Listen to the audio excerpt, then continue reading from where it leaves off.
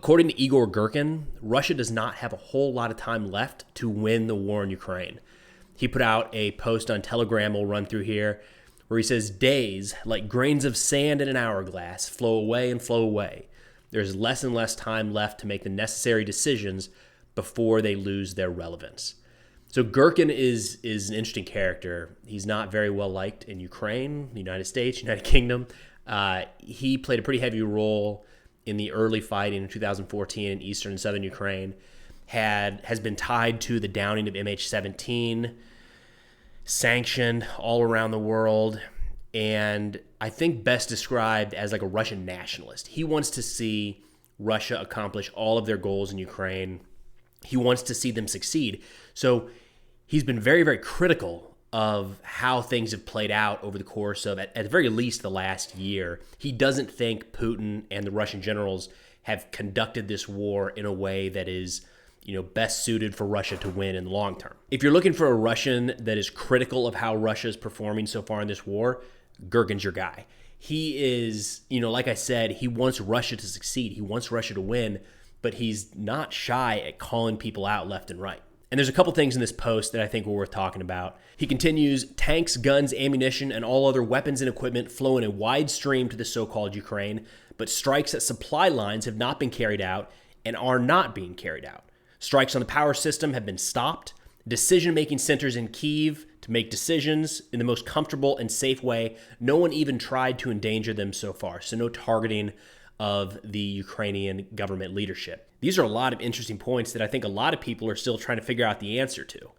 When this war looked like it was going to be very, very short, in the opening days, maybe even weeks, the argument against, decapitation strikes against the Ukrainian government and military leadership, the argument against taking out some of these supply lines, the argument against knocking out bridges across the Dnieper that allowed Ukraine to reinforce forces to the east, the argument against all of that was Russia doesn't want to destroy the infrastructure that they're going to be falling in on. They don't want to kill all of the leaders that they're going to have to rely on to form this new form of government, whatever it might be. But that's, that was a year ago. When it comes to the equipment not being struck, I think that there is an unwillingness of Russia to strike some of the supply points in Poland. Not crazy that they don't want to go to war with NATO or provoke an all-out war with NATO. That, to me, is deterrence working.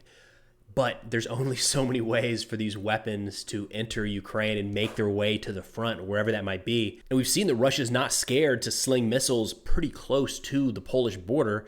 So what about after all of these arms shipments or anything? For whatever reason, that hasn't ever really been targeted in a sustained manner. And then you've got the Ukrainian leadership walking all around the capital, apparently immune from long-range strikes. And I had a friend ask me about this recently who wasn't staying that up to date with the war, but they were following some of these drone strikes the U.S. is carrying out against Islamic State targets all around the world.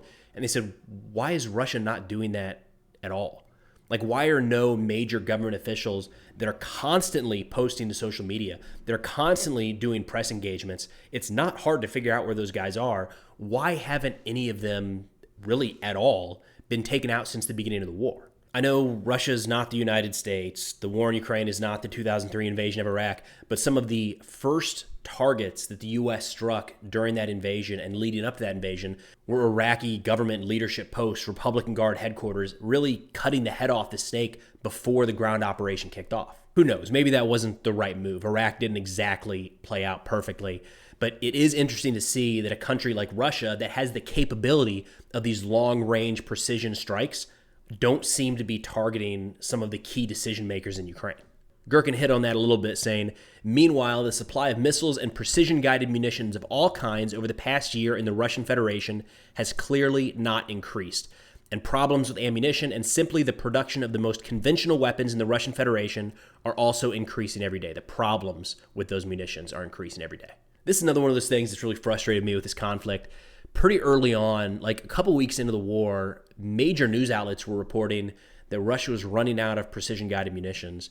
And I think that gave the impression that, give it another week, definitely a couple months, and Russia won't have any of these things left. They'll only have dumb munitions. That was never really the case. They definitely had fewer after they started to shoot some off. But I think a lot of news organizations gave the impression that Russia was out or was on the verge of running out. And it then raises the question, here we are a year into the war, there are still missile strikes happening in Ukraine like just a couple weeks ago. How can that happen if Russia ran out of all their precision-guided munitions? That said, I think it's safe to say that Russia has fewer precision-guided weapons now than they did at the start of the war. I mean, they fired a lot of them. But what I think Gherkin's getting at here is that Russia hasn't been able to ramp up that production to match the needs of the battlefield, which very likely is one of the reasons why the number of the missile strikes and drone strikes across Ukraine and the volume in those strikes has decreased over the last couple months. But Gherkin's not done. He takes a shot directly at the military here, saying, against the backdrop of all of this, the irremovable marshals continue to beat their foreheads against the enemy's prepared defenses in the Donbass, with extremely insignificant successes, and more often without any success, but with heavy losses. And I think this is on perfect display at Bakhmut. Bakhmut's one of these battles that I have a hard time connecting to the spoken, out loud goals of the Russian military in this conflict. When you point out that the focus of the Russian military over the last 3, 4, 5 months has been this one city in eastern Ukraine, Bakhmut, and they've really only made minor gains, all things considered, to the north and the south. The counterpoint to that from people supporting Russia or who want to see Russia succeed is this fight isn't about territory. It's about destroying the Ukrainian military. So look at casualties. But if the goal here, or in this entire war, is the demilitarization of a nation, killing as many of them, removing as much of their military as possible, you don't have to do that by carrying out infantry assaults.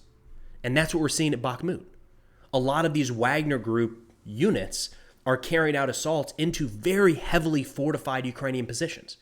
If your goal is to eliminate the Ukrainian military, throwing manpower against the defensive position is not the way to do that. You could starve them out of Bakhmut. Most of the entrances and exits to Bakhmut were within field artillery and definitely within rocket range months ago. If Russia wanted, they could have thrown some drones up overhead and essentially cut off the entire city from any sort of realistic resupply, added a little air power behind the lines, kept drones towards the front to monitor any movement in or out of the city, and just lay siege with the cannons. Anything that tries to come in and out, you hammer it with artillery. That doesn't require wave after wave after wave of Russian or Wagner Group soldiers charging into these well-defended Ukrainian positions all around Bakhmut. But then every time the line shifts like 500 meters or a new settlement is taken, that is all these Russian mill blogger Telegram channels are talking about. It's the leading headline everywhere. That's the focus, taking terrain, unless the lines aren't moving. Then the focus is casualties, and don't worry that it's being done in a way counter to every lesson in military history where the defenders have the advantage over the attackers, and often the attackers suffer more casualties than the defenders. Now, you'll hear some people say that Putin doesn't care, Russia doesn't care, these are convicts, mercenaries. But this is where I think Gherkin's comments are interesting. He wants to see Russia win. And every time a Wagner soldier is killed, that's one less fighter on their side. It doesn't matter that they're a mercenary versus a paratrooper versus naval infantry. It's a Russian soldier that's no longer able to fight. I think he's viewing a lot of these offensives in the Donbass as wasting resources. So wrapping it all up here, the reason I thought this is interesting is I have a lot of these questions, and I know a lot of you have asked a lot of these questions. Why is Russia not striking the supply lines of weapons coming into Ukraine? Why are they not targeting any of the government leadership? What's happening with the missile strikes? Why have they decreased so much? And why is Russia throwing so many bodies against these defended positions in places like Bakhmut? And I think all too often that's written off as, well, I don't understand Russia. I don't really understand what's at play here. I don't understand the Russian mentality, whatever it might be. So when somebody inside that machine, or at least with more connections into that machine than I have, has those exact same questions saying this doesn't make sense, I think it's worth paying attention to. But that'll do it for now. We'll see y'all next time.